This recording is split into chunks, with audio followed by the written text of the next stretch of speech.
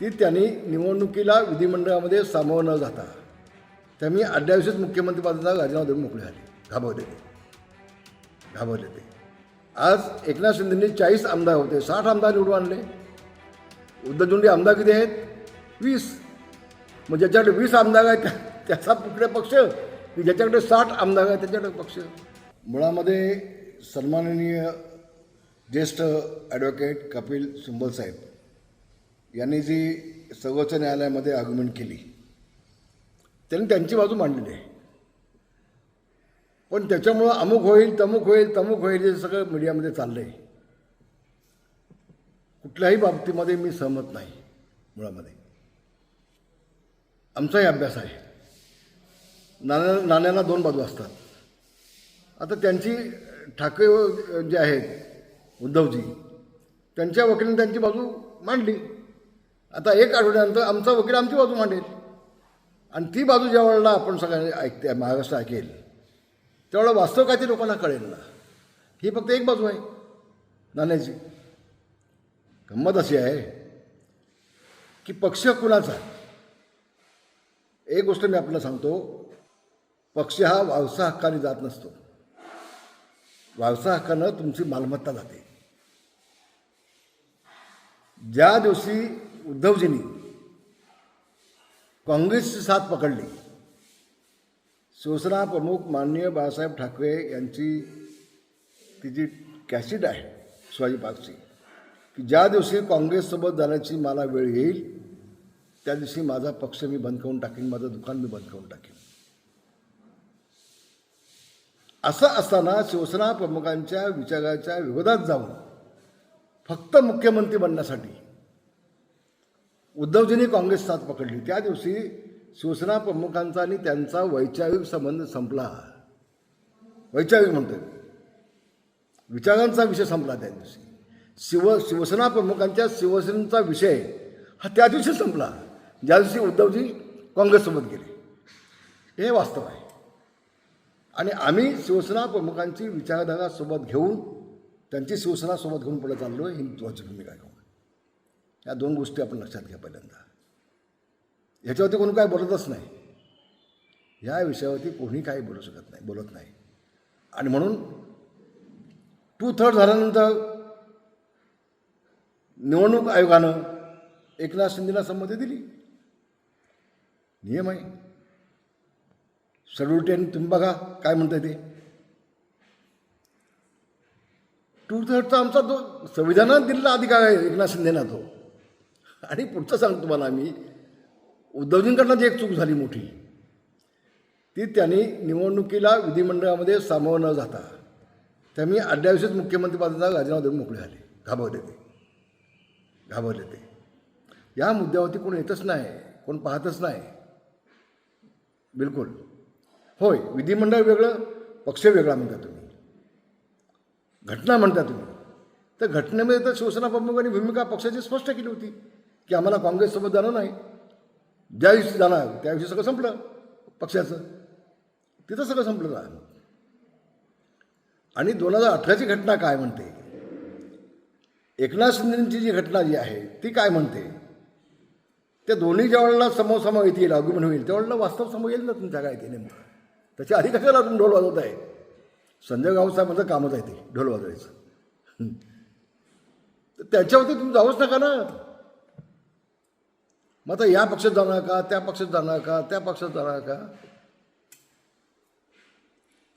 हे प्रश्न विचारण्यापेक्षा आता उद्धवजींना तुम्ही काँग्रेससोबत घेऊन गेलात, राष्ट्रवादीमध्ये फूट पडली.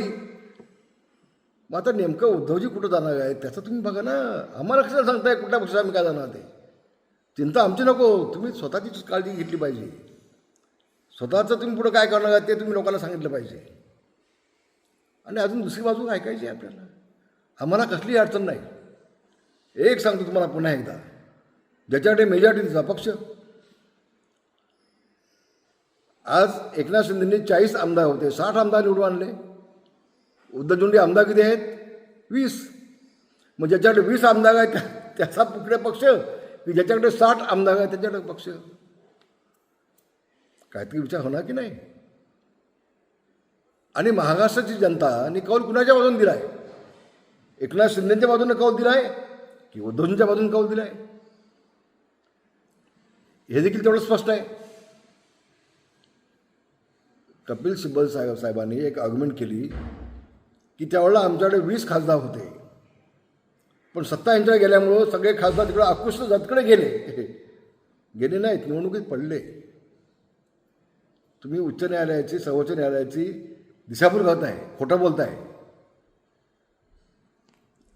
निवडणुकीत पडले, गेले नाहीत. खोटं बोल पण गटून बोल ही भूमिका घेण्यापेक्षा वास्तव होईल. सुप्रीम कोर्टाला कळणारच आहे ना उद्याच्या आर्ग्युमेंटनंतर. आता तुमचे 6 खासदार आले एकनाथ शिंदे पुन्हा. आता खासदार आले तुमचे 6 खासदार तुमचे आले 9 पैकी. 20 खासदार निवडणुकीमध्ये उभे झाले काही पडले ना. 11 खासदार पडले तुमचे.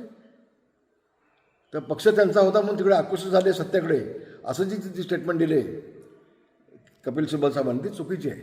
दिशाभूल करणारे, न्यायालयाची दिशाभूल करणारे. पण वास्तव काय आहे ते पहिल्यांदा समजून घ्या. आणि याच्या आधी अगदी इंदिराजी गांधींपासून मग तो खटागा निशाणे असू देत, तो गाय बछडा निशाणे असू देत, ती धनुष्यबाण हाताची निशाणे असू देत, ह्या सगळ्या निशाणे बदलले गेले ना त्यावेळेला.